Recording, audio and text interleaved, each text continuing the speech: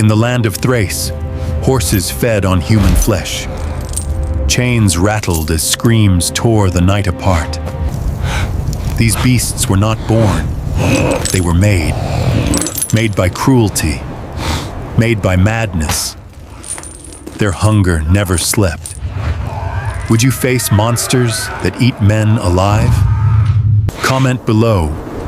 Would you stand or run? Welcome to Olympus lore, where ancient myths breathe again, where heroes are tested beyond strength. This is the story of Hercules' eighth labor, a trial darker than any beast before, not against monsters, but cruelty itself. Still cursed by Hera, Hercules served his penance. Each labor was a chain around his soul. Each task was meant to break him. Some were meant to kill him outright. Yet Hercules endured them all. He had slain monsters born of nightmares. He had faced God's punishments and survived. But strength alone was never enough. The eighth labor demanded more than muscle. It demanded a heart that could stare into evil and not become it.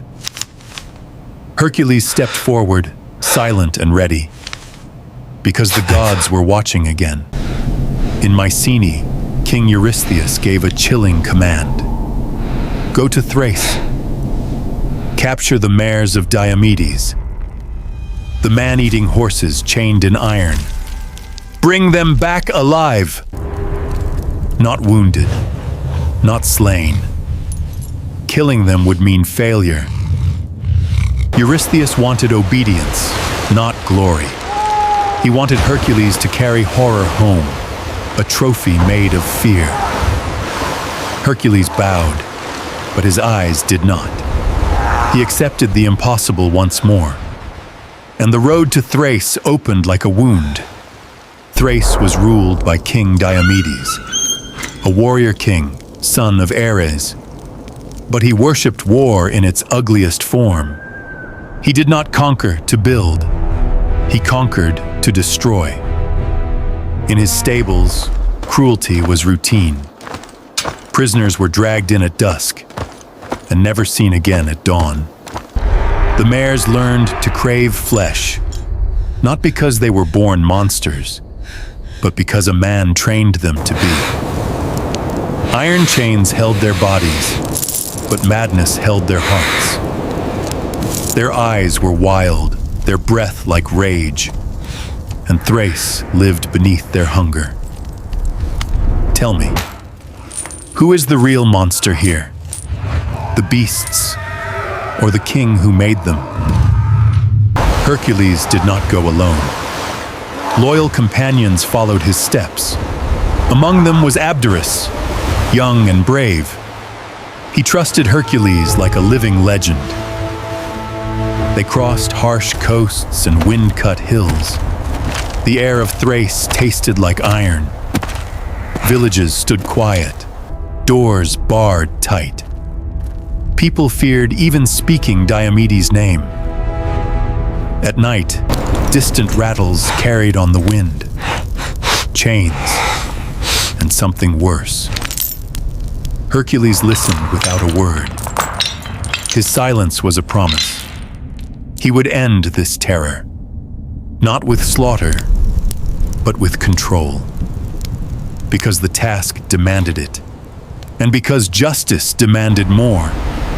At last they saw the stables, a fortress of stone and iron. Torches burned like angry eyes along the walls. Inside, the mares stomped and screamed. Their cries sounded almost human. Hercules signaled his men to stay low. No shouting, no bravado. This was not a battlefield of honor. This was a den of cruelty. They moved like shadows between the stones. The chains were thicker than a man's arm. The iron rings were bolted into the earth. Hercules tested them with one hand. The metal groaned. The mares sensed him and surged forward, teeth bared, eyes burning. Abderus tightened his grip, but did not run. Hercules stepped between man and beast. "Hold," his stare commanded, and the night held its breath.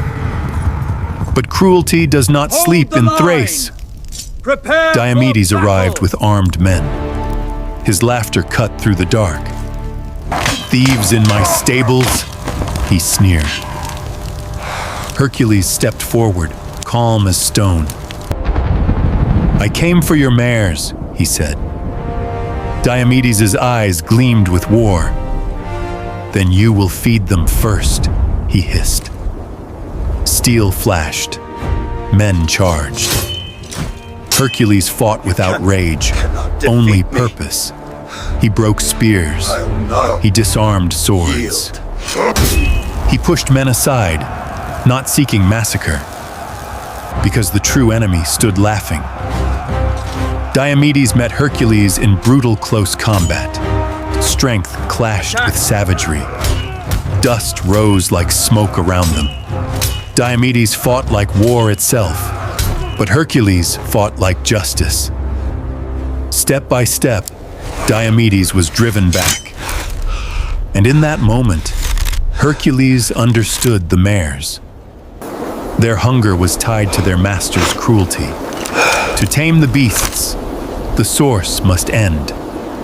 Hercules seized Diomedes and overpowered him, not for vengeance, for consequence. The king who fed men to monsters faced his own law, and the mares fell silent, sensing change. It's all right now, my friend. With Diomedes defeated, the mares' frenzy weakened. Their eyes still burned, but no longer wild. Hercules approached slowly, palms open. Control, not fear, guided his steps. He lifted the heavy chains one by one. The iron that once meant terror now meant restraint. Abderus and the companions helped lead them out. The night air changed as the stables emptied. For the first time, Thrace heard silence without fear. The journey back began at dawn. The mares trudged forward, still dangerous, but contained. Every step tested Hercules' endurance again, not because they were heavy, but because evil always tries to return. Hercules kept his gaze forward. The labor was not over until the king saw it. At last, the walls of Mycenae rose ahead. Eurystheus stepped out and froze. The mares snorted, stamping the earth. Their chains clinked like warnings. The king's face drained of color. He had wanted fear to humiliate Hercules. Now fear stood in his own courtyard. Once again, the impossible had been done. The eighth labor was complete. But Hercules did not celebrate, because cruelty never truly dies. It only changes its mask. Eurystheus swallowed hard and spoke again. "There is another task," he said, "one that will shame you before warriors." The next labor awaited, a queen of war, a girdle desired by kings and gods. The girdle of Hippolyta, queen of the Amazons. Would diplomacy succeed where force fails? Or will betrayal ignite another war? Comment. Would you trust an enemy queen? Follow Olympus lore to continue the legend, because Hercules' trials are far from over, and the darkest lessons are still ahead.